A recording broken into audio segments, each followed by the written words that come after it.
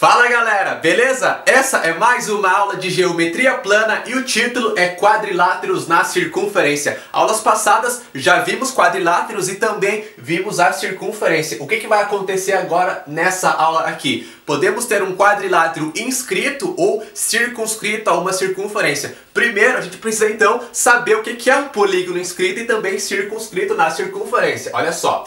Um polígono ele vai estar inscrito numa circunferência quando todos os seus vértices forem pontos dessa circunferência. Então, nós temos a nossa circunferência em preto aqui e eu tenho esse polígono ABCD. No caso é um quadrilátero, tem 4 lados, mas isso serve para qualquer polígono, só usei o quadrilátero como um exemplo. Perceba que os vértices desse polígono, que são as pontas, são justamente pontos da circunferência. As pontas do polígono pertencem a essa circunferência. Esse polígono aqui está inscrito. E para o polígono ser circunscrito à circunferência, o que tem que acontecer? Os seus lados, eles são todos tangentes à circunferência. O que é tangente, professor? A gente viu na aula sobre circunferência. Uma reta é tangente quando ela toca em um único ponto da circunferência. Então nesse polígono, que novamente eu coloquei um quadrilátero como exemplo, todos os lados eles tocam em um único ponto da circunferência. Cada um dos 4 lados é tangente à circunferência, o polígono está circunscrito. Agora que já sabemos o que isso significa, partimos para os quadriláteros inscritos. Nessa aula a gente vai ver especificamente os quadriláteros, o que acontece com os quadriláteros inscritos e também circunscritos. Na aula seguinte, que é sobre polígonos regulares, aí sim a gente vai ver para os demais polígonos o que acontece com essas relações aqui. Vamos começar pelo quadrilátero inscrito. Sempre que eu tiver um quadrilátero inscrito, o que acontece? Os seus ângulos opostos são suplementares. Essa é a primeira propriedade. Temos aqui, novamente, um quadrilátero inscrito na circunferência. Os seus 4 vértices são pontos dessa circunferência e eu estou afirmando que os ângulos opostos são suplementares. Significa que se eu pegar esse ângulo que tem vértice aqui no ponto A, e pegar o ângulo que tem vértice no ponto C, que são os opostos, tá? Um de frente para o outro, eles são suplementares. Se eu somar os dois, dá 180 graus. A mesma coisa com o ângulo B e com o ângulo D, que são os outros opostos. Vamos entender por que isso aqui acontece. Temos aqui o nosso quadrilátero, novamente ABCD, inscrito na circunferência. Cada um de seus vértices são pontos dessa circunferência. E aí vamos observar o que acontece aqui. Esses 4 ângulos aqui, para ficar mais fácil, a gente pode dar um nome para eles, tá? Se eu tiver o A com esse chapéuzinho em cima, indica que é o ângulo cujo vértice é o ponto A, mas eu posso dar um nome para ele que fica mais fácil. O ângulo cujo vértice é o ponto A, vamos chamar de A, o ângulo com vértice em B de B, com o vértice C de C, e o último ângulo aqui chamamos de D. Ótimo! É só a gente perceber agora que cada um desses ângulos aqui são ângulos inscritos dessa circunferência. Lembra que a gente viu na aula passada o que é um ângulo inscrito? Ele mede metade do arco, que é do arco da circunferência, que é formado pelos lados desse ângulo. Como assim, professor? Se eu pego esse ângulo cujo vértice é o ponto A, qual é o arco formado pelos seus lados? É esse arco BCD. Olha, ele dá origem a esse arco aqui. Sempre o arco que está oposto a esse ângulo, então é o arco BCD. Vamos marcar aqui. O ângulo A é igual ao arco BCD sobre 2. Agora eu vou pegar o ângulo C, que é o ângulo que está oposto a esse A. Se eu pego o ângulo C, ele também é inscrito. Qual o arco que é formado com os seus lados? É o arco, agora BAD. É o arco que começa no ponto B, passa pelo A e termina no C. Esse arco aqui. Portanto, o ângulo C, ele vai medir, vamos colocar aqui, o arco BAD sobre 2. Maravilha! Se eu quero mostrar que a soma dos ângulos opostos dá 180 graus, para mostrar que eles são suplementares, é legal que eu some esses 2 ângulos aqui. Portanto, eu vou somar o A com o C. Vamos ver o que acontece. A mais C igual. Os denominadores são iguais, então eu conservo e somo o que está em cima. Eu vou ficar com o arco BCD mais o arco BAD, dividido tudo isso aqui para 2. A gente sabe que a volta toda, que a circunferência toda tem 360 graus. Significa que somando esses 2 arcos resulta quanto?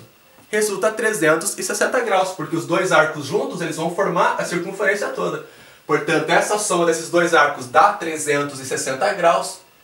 Se eu tenho 360 graus dividido para 2, pronto, tá demonstrado. Somando o ângulo A mais o ângulo C, resultou os 180 graus, está demonstrado que eles são ângulos suplementares.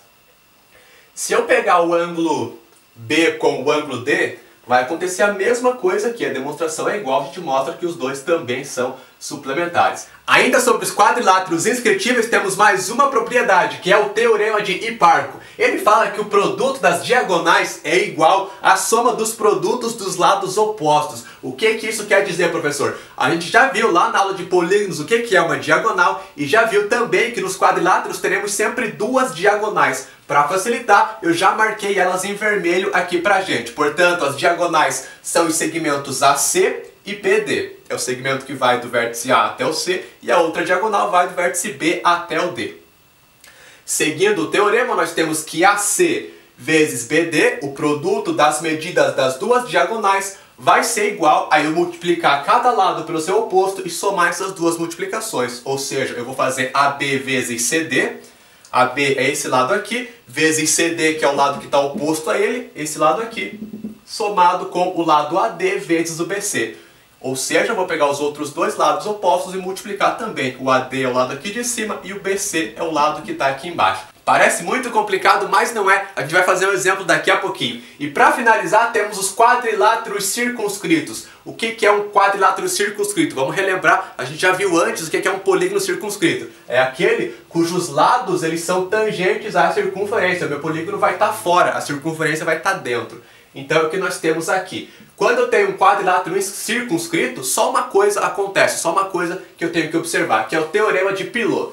Ele fala que as somas dos lados opostos são iguais. Essa é bem tranquilo de entender. Se eu pego o lado AB, somo com o lado DC, que é o lado oposto a ele, resulta o mesmo valor que eu somar o lado AD com o seu oposto, BC.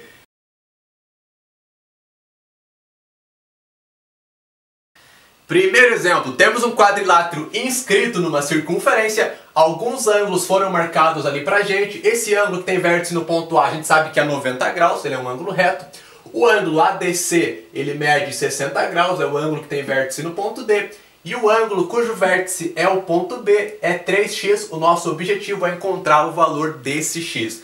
Como a gente pôde observar anteriormente, sempre que eu tenho um quadrilátero inscritível, os ângulos opostos são suplementares. O que significa? Se eu somar dois ângulos opostos, tem que resultar 180 graus. Automaticamente, basta eu somar o 3x com os 60 graus, eu sei que tem que resultar 180 graus, porque eles são suplementares. Assim a gente resolve a questão. 3x mais 60 graus é igual a 180 graus. Agora é só isolar o x. 3x igual 180 graus menos 60 graus, passo 60 subtraindo. 3x igual 180 menos 60, 120 graus. Para achar o x, é só passar o 3 que está multiplicando, dividindo. 120 graus dividido para 3, nós encontramos x igual a 40 graus. Nosso gabarito, letra C.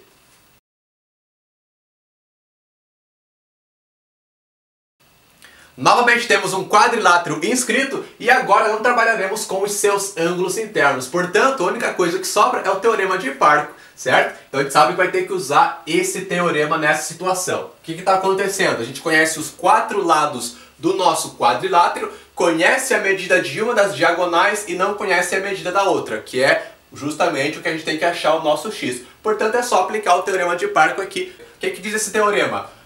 Se eu multiplicar as duas diagonais, 4 vezes x é igual à soma dos produtos dos lados opostos. Então eu vou multiplicar cada lado pelo seu oposto e somar isso. Pego 2, multiplico pelo 6, que é o seu lado oposto, e vou somar com o 2 vezes 4, a multiplicação dos dois outros lados opostos. 2 vezes 4. Agora é só encontrar o valor do x. 4x é igual a 2 vezes 6, 12, mais 2 vezes 4, 8. 4x igual a 12 mais 8 fica 20. O x será 20 dividido para 4, x igual a 5. Essa é a medida que a gente tem que encontrar, que é da outra diagonal.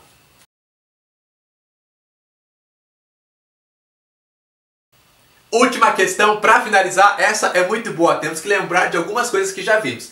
Temos um trapézio isósceles circunscritível. O que é um trapézio? Já vimos isso na aula sobre quadriláteros. É um quadrilátero que possui dois lados paralelos, que eu chamo de bases, e os outros dois lados são transversais a essas bases. Está aqui o nosso trapézio.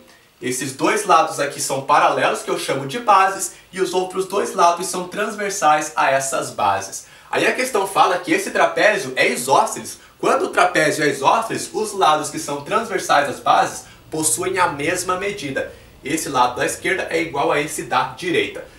Se eu chamo esse lado de x, o outro também vai ser x, porque eles são iguais. Como eu não conheço essa medida, vamos chamar de x. As bases a gente conhece. Base maior mede 16, aqui embaixo é 16, e a base menor, que é aqui em cima, mede 4.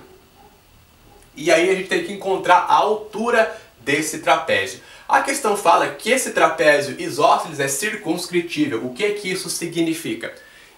Os lados do trapézio, eles tangenciam uma circunferência, eu consigo colocar uma circunferência aqui dentro, mas o importante é que eu posso usar o teorema de Pilot. O que ele diz? Em todo quadrilátero circunscritível, a soma dos lados opostos resulta ao mesmo valor. Fazendo isso, eu consigo encontrar justamente a medida desse x, a medida do lado transversal às bases, que é igual. Como é que eu vou fazer? X mais x é igual a 4 mais 16. Somando os lados opostos resulta o mesmo valor. X mais x dá 2x, igual a 4 mais 16 fica 20. X é igual a 20 dividido para 2. X é igual a 10 centímetros. O lado transversal às bases mede 10 centímetros. Só que a gente não quer encontrar esse lado aqui, a gente quer encontrar a altura do trapézio. Vamos lembrar o que é a altura? É aquele segmento que parte de um vértice e chega formando 90 graus como lado oposto. Então eu tracei de vermelho aqui a altura pra gente. E posso ter essa outra altura aqui também. As duas são iguais, têm a mesma medida. Como é que eu faço para achar essa altura? Vamos chamar de H. Perceba que eu formo aqui dois triângulos retângulos, que são iguais. Um dos catetos é a altura, a hipotenusa dos dois triângulos é o 10, é o lado que está oposto ao ângulo de 90 graus, ao ângulo reto. E a gente só precisa observar qual vai ser a medida desse pedacinho aqui de baixo, que é o outro cateto desses dois triângulos. A gente vai pegar o lado todo 16, e aí eu desconto a base toda 16, eu desconto a base em 4. Porque aí se eu tirar o 4, o que sobra são justamente os dois pedacinhos que nós temos aqui. 16 tira 4, fica 12. 12 dividido para 2, porque esses dois pedacinhos têm a mesma medida, vai sobrar quanto? 6. Cada pedacinho aqui, portanto, mede 6. Se eu pego 6 mais 6 dá 12, 12 mais 4 fecha a base toda. Ótimo! Agora é só aplicar o teorema de Pitágoras nesse triângulozinho, a gente acha a altura. Vamos lembrar o que diz o teorema de Pitágoras? Já vimos isso também numa aula separada. A hipotenusa ao quadrado, portanto 10 ao quadrado, é igual à soma dos quadrados dos catetos. Então 6 ao quadrado mais h ao quadrado. 10 ao quadrado, 10 vezes 10 dá 100. Igual 6 ao quadrado, 36, mais h ao quadrado. Isolando o h, 100 menos 36 igual a h ao quadrado. 100 menos 36 fica 64. 64 igual a h quadrado. Dessa forma, a altura será de 8 centímetros. 8 ao quadrado dá o 64. Ou tira a raiz quadrada do 64, que é a mesma coisa. E aí pega o 8 positivo, porque é uma medida. Então a nossa altura é de 8 centímetros.